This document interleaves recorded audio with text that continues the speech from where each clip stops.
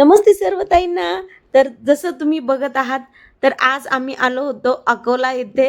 अकोला येथे आले असताना आपल्या ह्या ज्या भगिनी आहेत, आपल्या वनमालाताई शेगावकर, यांनी आपल्यासाठी खूप छान असं पाहुणचार तुम्ही खाल्लेली आहे का? हाही रेसिपी नक्की सांगा मला. तर ह्यांनी मला अकोल्याची स्पेशल बट्ट्या बोलतात इकडे, तर त्या बुट्ट्या पण बोलतात, बट्ट्या पण बोलतात, पण आम्हाला इकडे केले होते त्यांनी दाल बाटी. आमच्या इकडे मारवाडी भाषेत बोलतात दाल बाटी.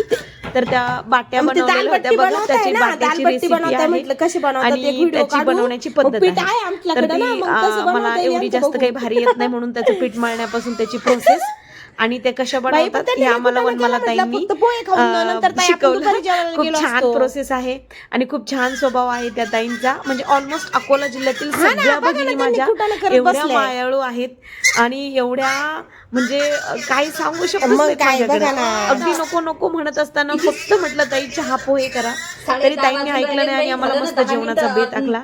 आणि हे बघा ताईंनी आमच्यासाठी राडा केला आणि त्यांनी शेवटी आम्हाला ह्या दाल बाटी बनवल्या. अगदी मस्त बनवल्या होत्या. अगदी एक 10-15 मिनिट, अर्ध्या तासाच्या अंतरातच त्यांनी पीठ भिजवून अशा प्रकारे बघा त्याच्या त्या बट्ट्या बनवून घेतल्या. तुमच्या इकडे याला काय बोलतात मला व्हिडिओ मध्ये कमेंट करून नक्की सांगा. तर अशा प्रकारे वनमालाताईंनी त्या बनवल्या आणि त्यानंतर ह्या वाफवायच्या पण असतात आणि वाफवल्यानंतर नंतर त्या फ्राय केल्या जातात, डीप फ्राय केल्या जातात तेलामध्ये. हे बघा अशा प्रकारे त्यांनी इडली पात्रामध्ये वाफवल्या. तुम्ही चाळणीमध्ये पण पाणी ठेवून, पातेल्यामध्ये पाणी ठेवून वाफवू शकता. अशा प्रकारे त्याचा आकार बनवून त्यांनी मस्त वाफवल्या. नंतर ते वाफल्यावर त्याचे स्लाइस कट केले आणि त्या तळून घेतल्या आणि त्यासोबत मस्त अशी प्लेन डाळ बनवली होती. खूप छान जेवणाचा बेत झाला अकोला जिल्ह्यामध्ये ताईंकडे. तर अशा प्रकारे त्यांनी ते वाफवून घेतले होते आणि त्याला वाफवायला थोडा वेळ लागतो, परंतु इडल्या लवकर होतात ना. खूप मस्त प्रकारे ताईंनी बनवलं आणि खूप छान असं भाजी वगैरे छान जेवण बनवलं आमच्यासाठी. बघू शकता भाजी वगैरे, भात आणि त्या बट्ट्या. आणि नंतर पोषण ट्रॅकरच्या आपलं प्रधानमंत्री मातृवंदनच्या कामाविषयी चर्चा झाली. त्यानंतर ताईंच्या घरावर छोटंसं देवीचं मंदिर आहे, त्या देवीच्या मंदिरासमोर आम्ही दर्शन घेतलं, मस्त फोटो काढले सकाळी सकाळी फ्रेश वातावरणात. तर बघू शकता ताईंसोबत फोटो काढले आम्ही. आणि नंतर त्यांच्याकडे जे मातेचं मंदिर आहे देवीचं, त्या देवीच्या मंदिराचं आम्ही सगळ्या ताईंनी दर्शन घेतलं.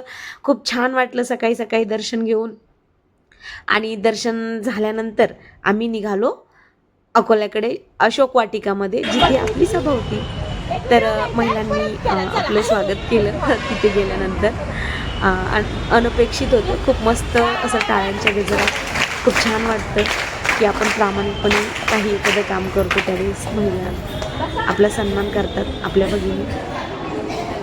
तर अशा प्रकारे मी ताईंचं सन्मान स्वीकारला आणि सर्व ताईंना एक साथ नमन देखील केलं आणि सर्व ताईंचं स्वागत देखील केलं.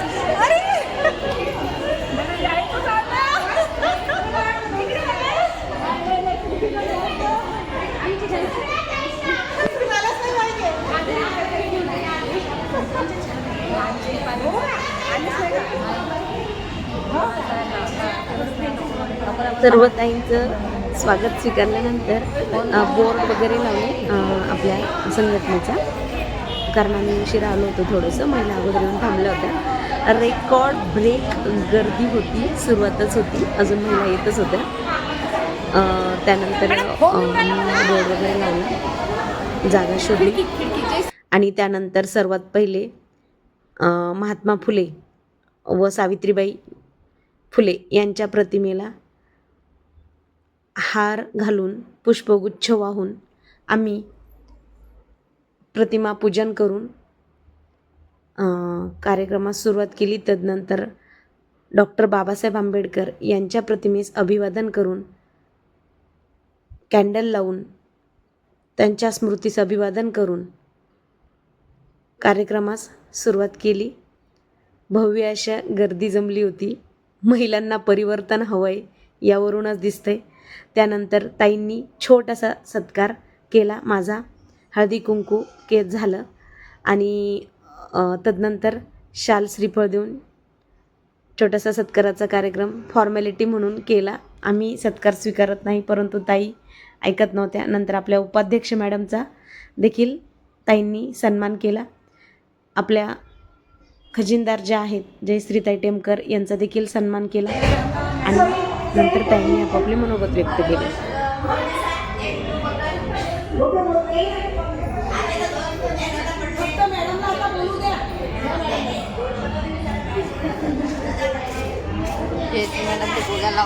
तदनंतर एक ताई उठल्या, बोलल्या जयश्रीताईंना बोलू द्या, बस झालं तुमचं. त्यानंतर मी सुरुवात केली.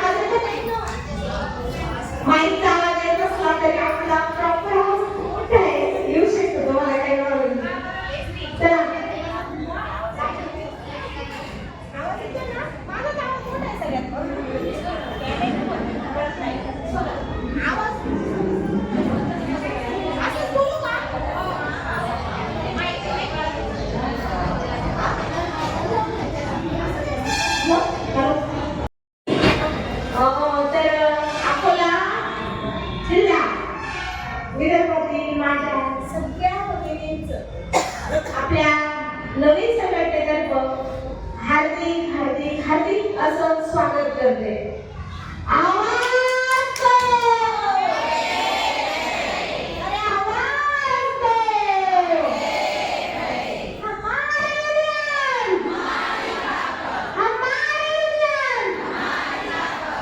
तर आज आपल्या नवीन संघटनेच्या हाकेला साथ देत आज माझ्या ज्या भगिनी आज तिथं उपस्थित आहेत त्या सर्व ताईंचं मनस्वी असं स्वागत करते.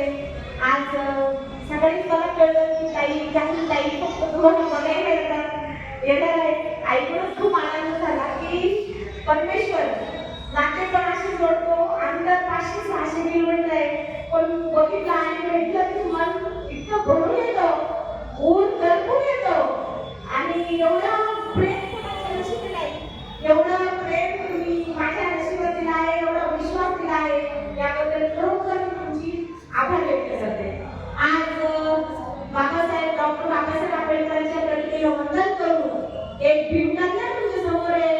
आज सावित्रीबाईंच्या प्रतिमेला वंदन करून ज्यांच्यामुळे मला या स्टेजवर बोलण्याची संधी मिळत आहे, अशा सावित्रीची आपण सर्व लेखी आणि त्यांना इथपर्यंत पोहोचण्याचं जे भाग्य मिळालं त्यासाठी त्यांनी जे कष्ट केले त्यांच्या सगळ्यांच्या प्रयत्नांना वंदन करून आज त्यांच्याशी 2 शब्द तिथून सांगण्याचं मला जे पुण्य मिळालं आहे त्याबद्दल मी सर्व ताईंचं खरंच आभार व्यक्त करते. तर मैत्रिणी प्रत्येक व्हिडिओमधून सांगत असते डॉक्टर बाबासाहेब आंबेडकरांनी शिका, संघटित व्हा आणि संघर्ष करा ही शिकवण दिलेली आहे. त्यामुळे आपण आपला जो मांडणी वर्ग आहे आजपर्यंत हा असंघटित होता, म्हणजे कोणी कोणत्या संघटनेत कोणी कोणत्या संघटनेत कोणी कोणाच्या दबावाखाली अशा प्रकारे आपल्या महिला होत्या आणि त्या तुमच्याच जिल्ह्यात नाही सगळ्या महाराष्ट्रात अशीच परिस्थिती सध्याच्या घडीला. परंतु एक भक्कम पर्याय असा आतापर्यंत कोणत्याही महिलांना माहितच नव्हता. सगळ्यांना वाटत होतं की आपण काहीतरी बदलावं, कारण गेली 10 नाही 20 नाही ताईंनो तब्बल 40 वर्ष तुमची लूट झालेली आणि त्याच्यामध्ये मी देखील 12 वर्षापासून समाविष्ट आहे. की मला 12 वर्षापासून जेव्हापासून जॉईन झाले तेव्हापासून वाटतंय की ही परिस्थिती का बदलत नाही. अगोदर मी या गोष्टीचा अभ्यास केला ताईंनो की पिढ्या गेल्या 10 वर्ष झाले 20 वर्ष झाले आणि तीच परिस्थिती आहे. ना आपण माणसाचं बदलत, ना आपण काय सुरू होऊन राहिलो, ना चतुर्थ श्रेणी, ना शासकीय कर्मचाऱ्यांची कोणती सेवा, ना पेन्शन, ना ग्रॅज्युटी. आणि आपल्या भगिनी आयुष्य मात्र व्यस्त आहे. 30-40 वर्ष त्यांनी दिलेले तरी त्यांच्या पदरात परमनंट नोकरी नाही, कधीही काढून टाकून दिले जाणारे मानधनी पद आणि आयुष्यभर नोकरी करताना जी हेळसांड आणि विटंबना आपल्या वाट्याला येते ती काही तुमच्या आम्हाला नवीन नाही, ती तर तुम्हाला माहीतच आहे. अगदी सालाच्या गड्याप्रमाणे सरकार सुद्धा आपला वापर करून घेतं, आपले अधिकारी पण आपले वापर करून घेतात, पण आपल्या बाजूने कुणी बोलायला तयार नाही. आणि कामं आले तर पहिल्यांदाच आपल्या भगिनी मात्र दिसतात, कारण फुकटच्या योजना राबवायची सवय ही आपण त्यांना लावली आणि आता त्यांना पण ती सवय लागली. आता उद्या तुम्ही बघताच सध्या निवडणुकीचे कामं याची कामं लावलेले, मतदार विशेष पुनर्निरीक्षण ही यादीचा कार्यक्रम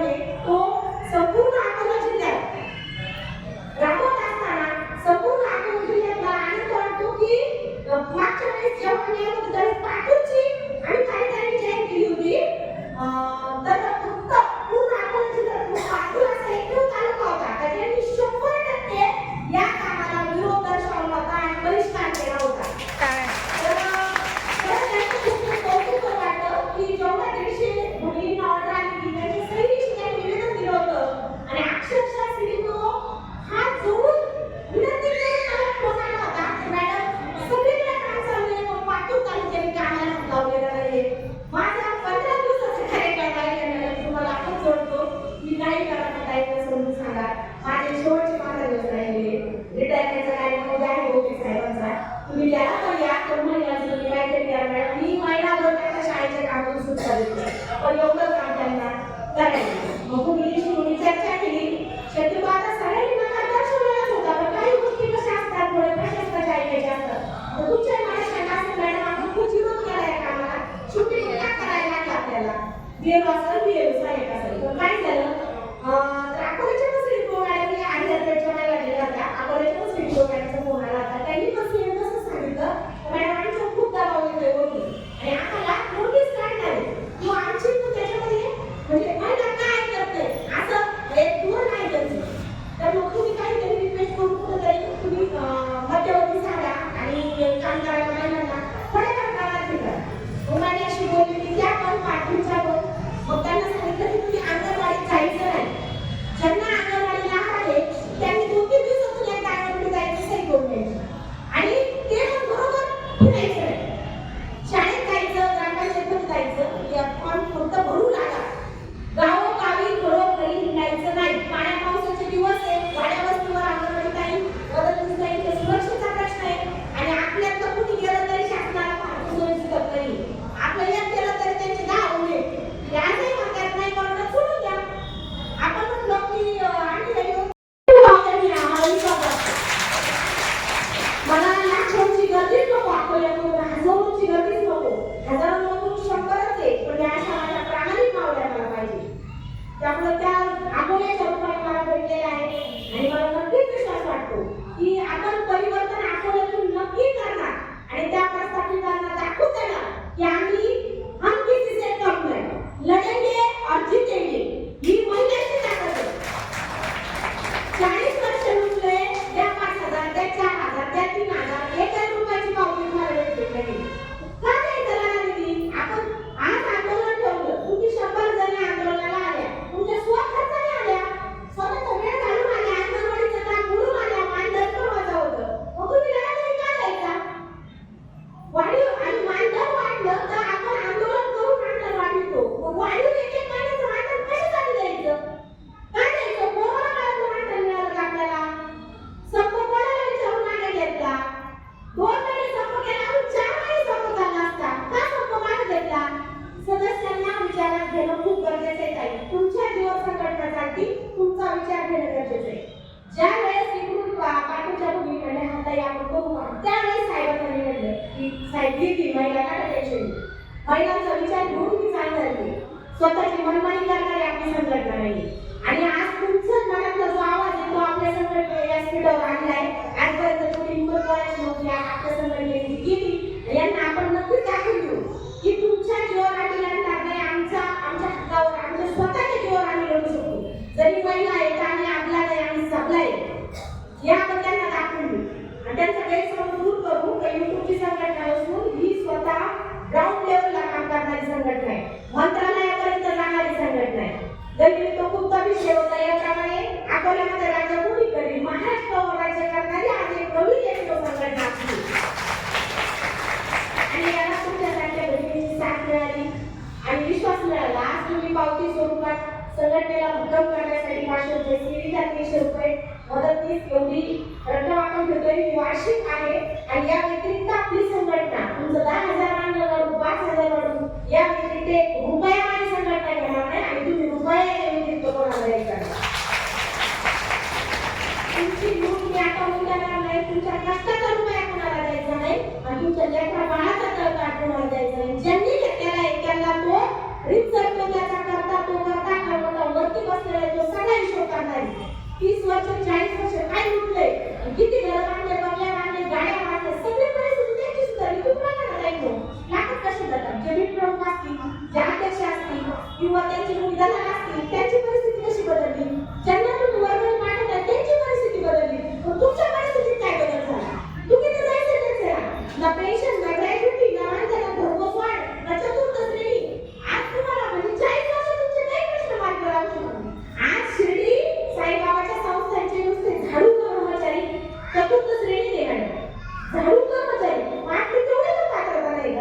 10 वर्ष ते काय 10 वर्ष सेवा करणारे कर्मचारी काय सेवा झाले मंदिराचे झाले आपल्या 30-40 वर्ष महिला सेवा देतात आणि यांना काय सेवा घेत नाही सरकार आणि मातीचे गोळे कळवतो आपण एवढे जबाबदारीची योजना का यांनी तो विषय कधी सरकारला तरी मांडलाच नाही अशा नाही कारण तो कर्मचारी परमनंट झाला त्याला कोण विचारले याची मात्र त्यांनी पूर्ण खबरदारी घेतली आणि आता आपण आवाज उठवलाय महाराष्ट्रातून म्हणून आता पण ते नाटक म्हणून आता थोडंसं ती वाटत लवकर विचारली पण त्याच्यासाठी प्रत्यक्षात कोणची कारवाई असेल कायदेशीर कारवाई असेल त्याच्यासाठी कोणत्याही पावसाने नाही उचललेलं कारण आता कर्मचारी असंच ठेवायचं आहे आणि हाच कर्मचारी परमनंट असले त्यांची आमदारी आठवली तुम्हाला याची दुरी त्यांना आता तेच दुरी त्यांना की आता तुम्ही सगळा इकडे आवडलाय त्यांना रुपये दिला नाही ना त्याच्यामुळे तुम्हाला धमकी येत आहे तुमचा नाव आणि पेन्शन देणार नाही तुमचं नाव ग्रॅज्युएट देणार नाही तुमचं नाव काय सुरू कर्मचारी नाही काय करायचं ते होऊ द्या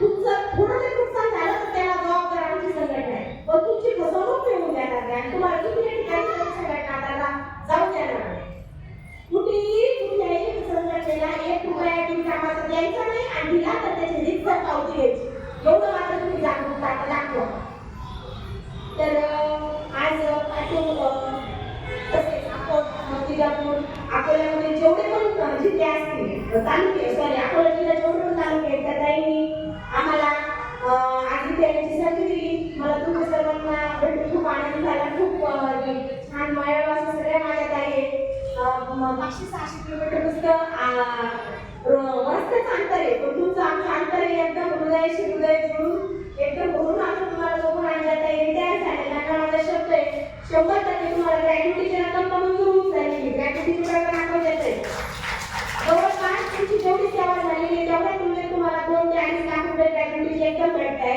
सध्या तरी कोर्टात जाऊन भेटताय पण सर सगळं लवकरच भेटून जाते आणि पेन्शनची काही तर खरंच मंजूर झालेली आहे फक्त केंद्राची सही बाकी होती तर आता आमचं चाललंय दिल्ली दौरा त्यावेळेस आम्ही त्या पेन्शनच्या फाईलचा 100% आढावा घेणार आहे आणि केंद्राच्या मानधनासाठी आपण आता सगळं प्रयत्न करतोय कारण राज्यात काय मानधन वाढवणार राज्याने 2 ते 3 वेळा प्रकारे मानधन वाढ केलेली आहे आता केंद्राच्या मानधनावर लक्ष गेली 10 वर्ष 1 रुपया सुद्धा केंद्राने वाढवलेला नाही 4,500 रुपये 10 वर्षापासून देते आणि केंद्रीय कर्मचाऱ्यांना लाख 1.5 लाख पगार आता 8व्या वेतनानुसार पुन्हा 1.5 लाख होऊन जाते म्हणजे जो ग्राउंड लेवलला कर्मचारी करून त्याला 4,500 सरकार लागू घेतो नाही तर सगळ्यात मोठं त्याच्यावर आपण बहिष्कार करू केंद्र शासनाच्या कामाचा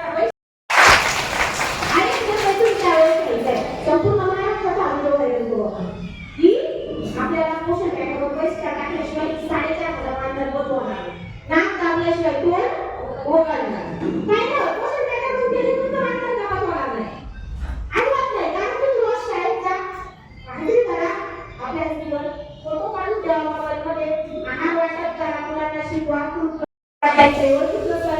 पण मी तुम्हाला शब्द देते काही तुम्ही माझ्या मोठ्या बहिणी आहेत काही आईसारखे आहेत काही बहिणीसारखे आहेत काही लहान मुलीसारखे आहेत तर तुम्हाला सगळ्यांना या सगळ्याच्या निमित्ताने आज बाबासाहेबांच्या चरणी विलीन होऊन सावित्रीचे लेख तुम्हाला शब्द देते तुमच्या परिस्थिती बदल घडल्याशिवाय नवीन संघटना नाकात देणार नाही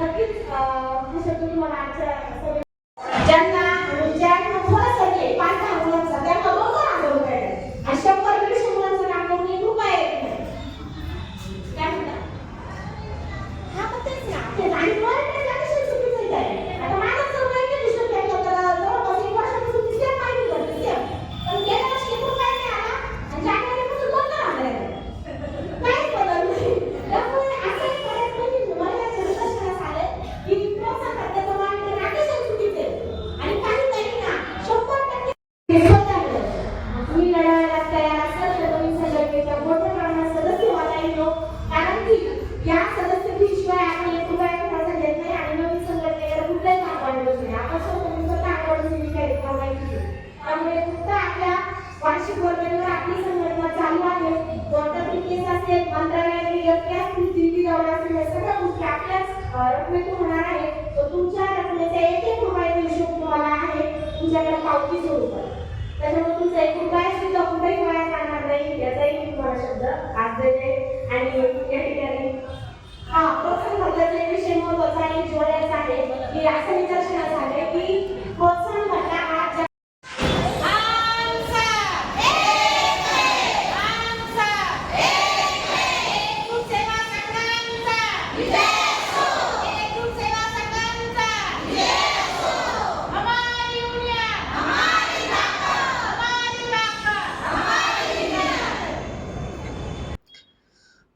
सगळ्या ताईंसोबत फोटोशूट झाल्यानंतर शेवटी जेवढ्या ताई उरल्या होत्या त्यांनी घोषणा वगैरे देत आपल्या संघटनेचं